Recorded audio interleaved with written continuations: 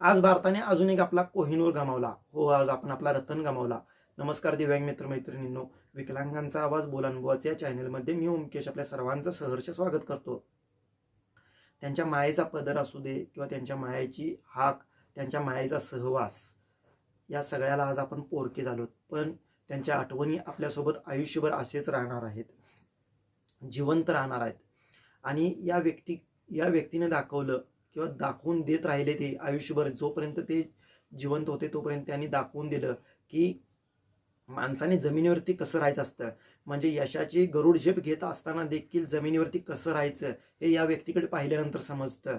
यशाच्या पायऱ्या चढत असतानाही कोणताही मनात असू दे किंवा हृदयात कोणताही गर्व, घमेंड किंवा कोणतीही श्रीमंतीचा जो काही आपल्याला एक बुरका पांघरून आपण चालत असतो, ज्यावेळेला आपल्याला थोडं बहुत जरी यश मिळालं तरी आपण कुठल्या ह्याच्यात असतो, ते धुंदीत असतो, ते समजत नाही. पण ह्या व्यक्तीकडे पाहिल्यानंतर समजतं की कितीही यश मिळालं तरी सुद्धा ग्राउंड टू अर्थ कसं राहायचं हे या व्यक्तीकडे पाहिल्यानंतर समजतं.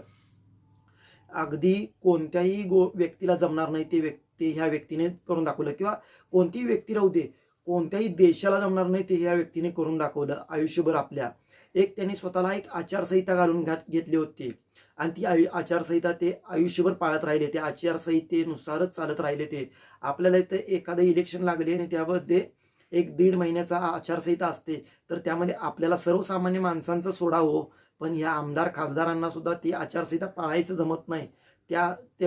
महिना 1.5 महिना ते आयुष्यभर पाळत राहिले.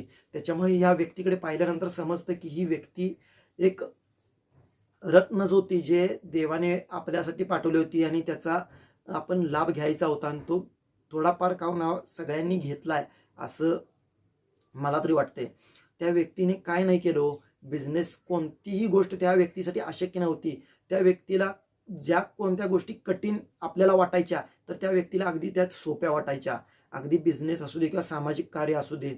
अहो कोण हो, आत्ता सांगा मला, कोण कोण देते आपल्या खिशातला 1 रुपया जरी आपल्याला देऊ वाटते का आपल्याला कोणाला, तर ती व्यक्ती होती की जे काही आपल्या वार्षिक इन्कम होईल किंवा महिन्याला इन्कम होईल त्याच्यातला काही हिस्सा, म्हणजे ठरलेला त्यांचा हिस्सा होता, तो बाजूला काढून ठेवायचे आणि तो हिस्सा अगदी समाजकार्यासाठी ती कोणताही विचार मागचा पुढचा विचार न करता ती व्यक्ती त्या सामाजिक कार्यासाठी खर्च करत राहायची.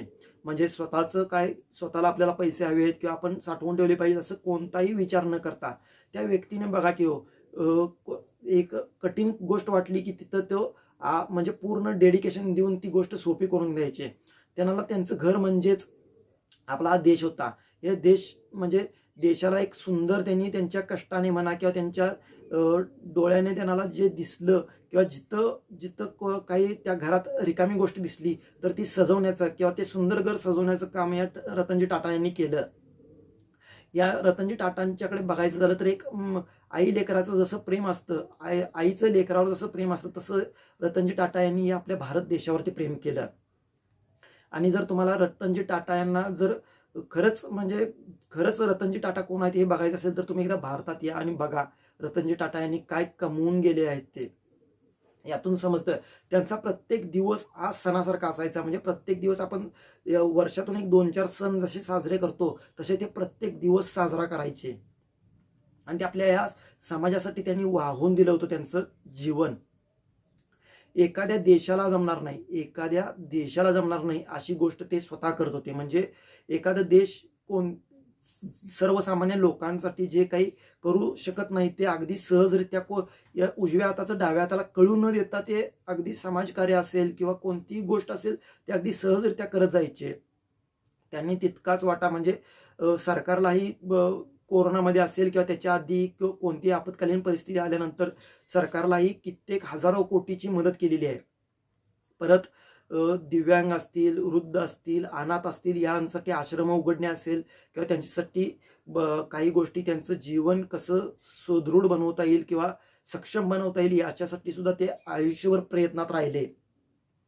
एखाद्या आता आपल्या भारतात पण बघू शकता आणि बाहेरच्या देशात पण बघू शकता की यांच्यासारखेच कित्येक उद्योगपती आहेत जे दररोज हजारो कोटी रुपये कमवत आहेत, पण त्यांची 1 रुपये या समाजाला देण्याची इच्छा असते का, दानत आहे का बघू शकता तुम्ही.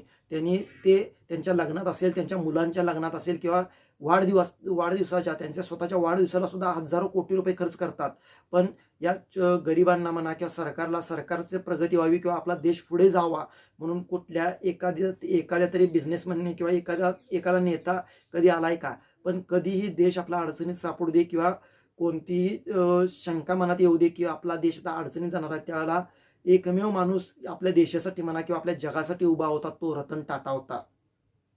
एकमेव अगदी शेवटच्या श्वासापर्यंत तो देशासाठी लढत राहिला, झगडत राहिला आणि त्यांचे विचार फक्त देशाला पुढे कसं घेऊन जाता येईल हेच फक्त होते. स्वतः मोठं होण्यासाठी नाही, तर देशाला कसं मोठं करता येईल याच प्रयत्नात ते राहिले. या अशा बलाढ्य व्यक्तीला, या व्यक्तीची सर किंवा या व्यक्तीची जागा कोणीच भरून काढणार नाही हे आपल्याला माहीत आहे. या व्यक्तीची उणीव आपल्याला नेहमी आयुष्यभर भासत राहील. पण आता जाणाऱ्याला आपल्याला थांबवता येत नाही, ही सगळी देवाची इच्छा असते. पण त्याने जे काही कार्य करून ठेवलंय त्या कार्याला अखंडित राखायचं आपली जबाबदारी आहे. कारण त्या व्यक्तीने आयुष्यभर एकही डाग आपल्या जे काही म्हणतो ना आपल्या चारित्र्यावर म्हणा किंवा कोणत्या ह्याच्यावर ते लावून घेतला नाही. ते स्वच्छ होते आहेत आणि पुढेही राहतील. त्यांचं ते राखण्याचं कार्य जबाबदारी आता आपल्यावरती आहे. आणि अशा बलाढ्य व्यक्तीला म्हणजे स्वर्गीय रतनजी टाटा यांना विकलांगांचा आवाज या परिवाराकडून आणि माझ्याकडून भावपूर्ण श्रद्धांजली वाहतो. त्यांच्या आत्म्यास शांती लाभो ही ईश्वरचरणी नेहमी प्रार्थना करत राहीन. आता थांबतो. जय महाराष्ट्र, जय दिव्यांग.